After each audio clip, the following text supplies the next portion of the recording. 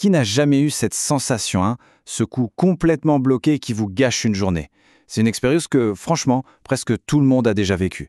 Alors aujourd'hui, on va décortiquer ça ensemble. On va voir ce que la science nous dit sur la meilleure manière de gérer ça en se mettant dans la tête d'un kiné. Allez, c'est parti. Et attention, ce n'est pas juste un petit bobo, non, non. À l'échelle de la planète, la douleur au cou, c'est la 4e cause principale d'incapacité. C'est énorme. Réfléchissez-y une seconde. Ça veut dire que c'est un véritable enjeu de santé publique, juste derrière le mal de dos. Bon, avant d'aller plus loin, il faut vraiment qu'on se rende compte de l'ampleur du truc. Parce que ce qu'on a tendance à appeler un simple torticolis, eh bien en réalité c'est une condition qui pèse sur le quotidien de millions et de millions de personnes. Et les chiffres, ils sont assez dingues, accrochez-vous.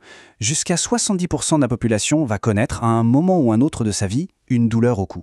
70%, c'est quasi tout le monde. Et en plus, c'est une condition qui a tendance à s'amplifier avec l'âge et à toucher un peu plus les femmes. Bref, le problème est partout.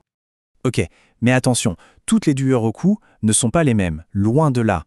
Pour un kiné, la toute première chose à faire, c'est de les classer, de les trier. C'est un peu comme si on avait un puzzle géant. Avant de commencer, on trie les pièces pour y voir plus clair. C'est exactement ça, et c'est crucial pour savoir comment attaquer le problème. Alors, ce système de classification, il est assez simple en fait. On a les grades 1 et 2. Ça, c'est la grande majorité des cas. C'est une douleur qui va gêner la vie de tous les jours, plus ou moins fort. Ensuite, on passe au grade 3. Là, c'est différent. On commence à avoir des signes neurologiques, vous savez, des fourmillements dans le bras, ce genre de choses. Et enfin, le grade 4, bon, là on est dans l'urgence. Ça peut être une fracture, une infection. Mais la super bonne nouvelle dans tout ça, c'est que plus de 90%, oui, 90% des cas, se trouvent dans les 2 premiers grades. Les situations vraiment graves, celles du grade 4, ça ne représente qu'environ 2% des gens. Donc, le message à retenir, il est super rassurant. Dans l'immense majorité des cas, avoir mal au cou, ce n'est pas le signe d'un truc grave. D'accord, mais alors concrètement, comment il fait, le kiné? Eh bien, il enfile sa casquette de détective. C'est une vraie enquête qui suit un processus super méthodique. Imaginez un entonnoir. On part de très large et on resserre petit à petit pour éliminer toutes les fausses pistes et à la fin, trouver le vrai coupable. Donc, première étape, l'interrogatoire. Le kiné pose plein de questions pour comprendre l'histoire de la douleur.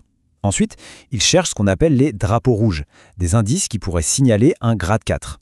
Si tout va bien, on passe à l'examen physique, on teste les mouvements, la force, et pour finir, des tests encore plus spécifiques viennent confirmer ou au contraire écarter une hypothèse. C'est du pur raisonnement clinique.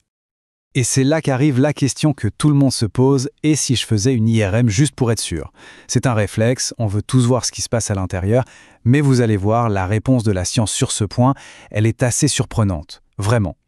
Tenez-vous bien, ce chiffre, c'est la clé de tout. Presque 88% des gens qui n'ont aucune douleur au cou ont quand même ce qu'on pourrait appeler des anomalies sur leur IRM. Des protrusions discales, par exemple. Je répète, des gens en parfaite santé qui n'ont mal nulle part. Ça nous apprend une chose fondamentale. Une image, ce n'est pas un diagnostic. Ce n'est pas parce qu'on voit quelque chose que c'est forcément ça qui cause la douleur. Alors, si l'imagerie n'est pas la solution miracle, c'est quoi le traitement au final? Eh bien, l'approche moderne, ce n'est pas une pilule magique. C'est plus comme une boîte à outils bien remplie. Et le kiné va piocher dedans pour utiliser les outils les plus efficaces, ceux qui sont validés par la science. Et dans cette boîte à outils, il y a 3 grands piliers. Le premier, c'est l'éducation. Comprendre ce qui se passe, c'est déjà le début de la solution. Le deuxième, c'est l'exercice. Ça, c'est vraiment le cœur du réacteur pour le long terme. Et le troisième, c'est la thérapie manuelle, les techniques avec les mains pour aider à retrouver du mouvement. Et ce qui marche le mieux, ce n'est pas l'un ou l'autre, mais bien la combinaison des 3. Faisons un petit zoom sur cette fameuse thérapie manuelle. En gros, il y a 2 grandes techniques. D'un côté, la mobilisation. Là, ce sont des mouvements doux, lents, où le kiné accompagne l'articulation. De l'autre, la manipulation. C'est l'impulsion rapide et précise qui peut parfois faire le fameux « crack ». 2 techniques différentes avec un seul et même objectif, redonner de la mobilité. Et la recherche, qu'est-ce qu'elle nous dit là-dessus? Eh bien oui, associer les exercices et la thérapie manuelle, ça semble un peu plus efficace. Mais, et c'est un mais important, l'effet supplémentaire est assez faible. Ça remet vraiment les choses en perspective. Ça veut dire que le socle, la base du traitement, c'est l'éducation et l'exercice. La thérapie manuelle, c'est un super coup de pouce, mais ce n'est pas une baguette magique. Ok, mais la grande question c'est, est-ce qu'on en guérit de ce mal de cou? Est-ce que ça disparaît pour de bon? C'est une question essentielle, et pour y répondre, il faut être réaliste. Le chemin vers l'amélioration, ce n'est que très rarement une ligne droite. Et c'est là qu'on doit peut-être changer notre façon de voir les choses. Parce que pour une majorité de gens, entre 50 et 85%, la douleur ne va pas disparaître à 100% pour toujours.